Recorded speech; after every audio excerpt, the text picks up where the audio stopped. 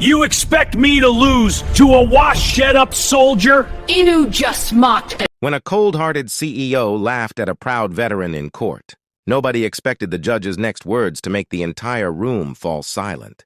It was supposed to be just another corporate case, until the truth hit harder than anyone expected. David Miller, a 67-year-old Army veteran, stood quietly in court.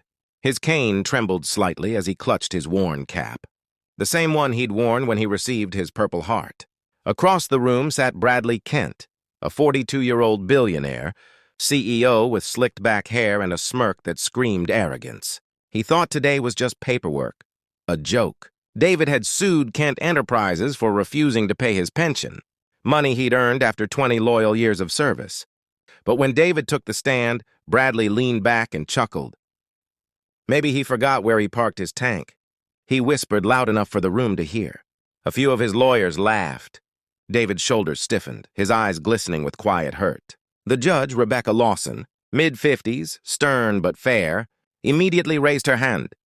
"Mr. Kent, do you find this court amusing?" Bradley shrugged. "With all due respect, Your Honor, this man's claims are ancient history. We're a company, not a retirement charity for veterans." The room went silent. Even the air felt heavier.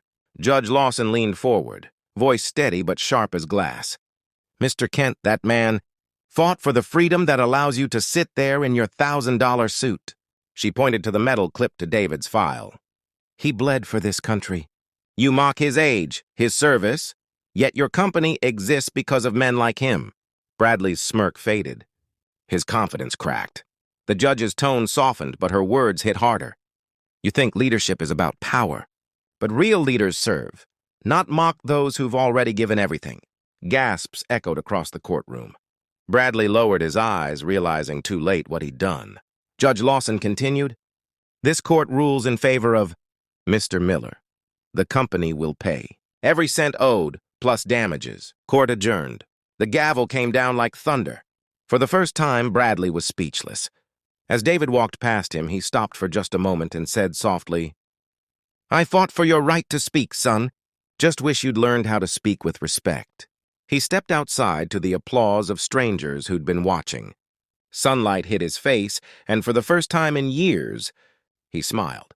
Not because of the money, but because justice finally saluted him back.